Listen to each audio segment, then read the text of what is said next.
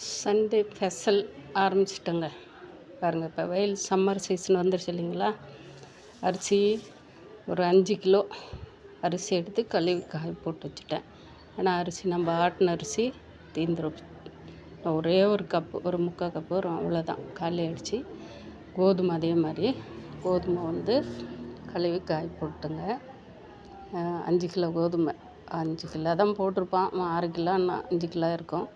5 kilo கோதுமை, 5 kilo அரிசி. அதே மாதிரி சோம்பு, போன வருஷம் வாங்கினேன் சோம்பு. எல்லாம் காலையில் எழுந்திரிச்ச உடனே செடி கிடி எல்லாம் கொஞ்சம் க்ளீன் பண்ணி விட்டுட்டு எல்லாத்தையும் பாருங்களேன் கழுவி எல்லாம் கழுவி விட்டு நல்லா அந்த பைப்பு கூட எடுத்து வைக்கலைங்கன்னா தண்ணி பைப்பு அப்படியே விட்டுருக்குறேன்.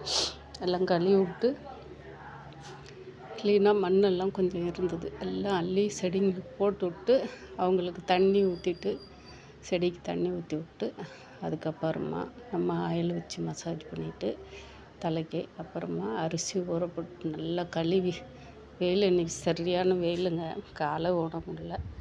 நல்லா பாருங்கள்,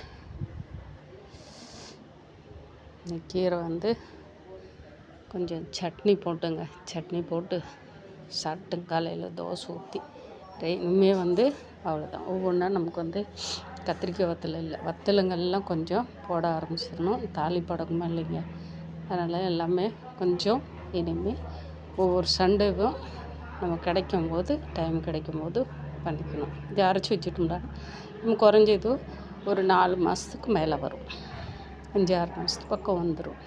ஏன்னா கடையில் வாங்குறது மீதி எடுத்து இல்லைங்களா.